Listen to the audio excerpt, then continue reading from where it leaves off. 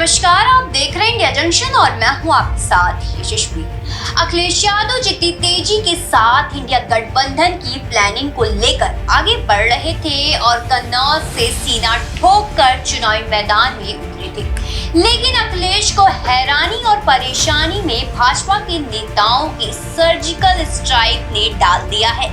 ये surgical strike कैसे की जा रही है और इस सर्जिकल स्ट्राइक के अहम पात्र कौन कौन से नेता हैं, हम आपको बताएंगे भी और दिखाएंगे भी। इंडिया जंक्शन की इस खास रिपोर्ट में भाजपा का सर्जिकल स्ट्राइक। इस समय लोकसभा चुनाव में उत्तर प्रदेश में तमाम तस्वीरें बदलती जा रही हैं। सीधे तौर पर एनडीए गठबंधन और इंडिया गठबंधन के बीच लड़ाई देखी जा रही है। एक के बाद एक जनसभाओं में तीखे बाण बयान के चलाए जा रहे हैं। कहीं कट्टा बम और मिसाइल की बातें सामने आ रही हैं तो कहीं किसानों की हत्याओं की।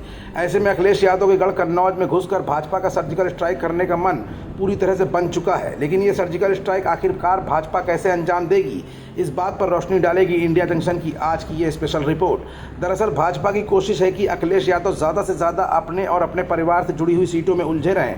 दूसरी सीटों से लड़ रहे प्रत्याशियों के समर्थन में होने वाले कार्यक्रमों में वो समय ना निकाल पाएं। जिस पिच से अखिलेश यादव ने अपने सियासी करियर का आगाज किया था, वहां से दूसरी पारी में उन्हें जीत का चौका लगाने से रोकने के लिए भाजपा मजबूत घेरेबंदी कर रही है।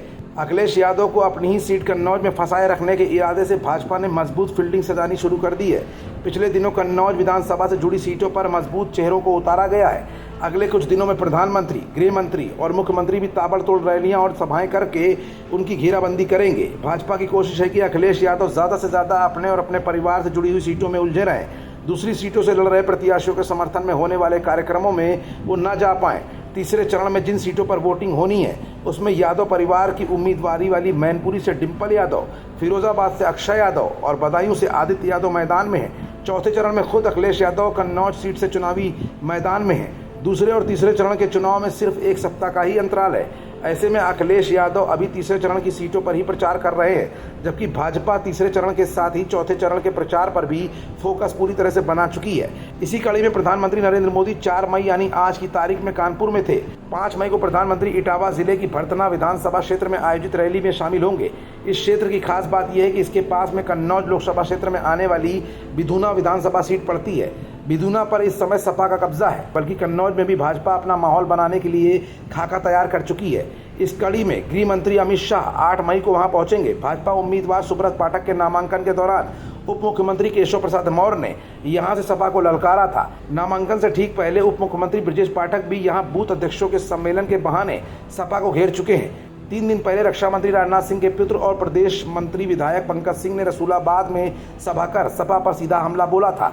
यानी सपा के गढ़ कन्नौज के आसपास के तमाम इलाकों को प्रभावित करने के लिए बीजेपी ने अपना मास्टर प्लान पूरी तरह से बना लिया है और इस मास्टर प्लान को अंजाम देने के लिए भाजपा के शीर्ष नेता से लेकर हर जाति वर्ग के लोग यहाँ पर एक के बाद एक ताबड़तोड़ रैलियां कर रहे हैं, जिससे अखिलेश यादव के पसीने छूट गए हैं। ऐसे में अखिलेश यादव अपना गढ़ बचाएं या फिर अपने प्रत्याशियों को जिताने के लिए समर्थन में लोगों से वोट मांगे, ये स्थिति अखिलेश को हैरानी और परेशानी में भी डाल रही है। खबरों से जुड़े रहने के लिए सब्सक्राइब करें हमारा चैनल इंडिया जंक्शन।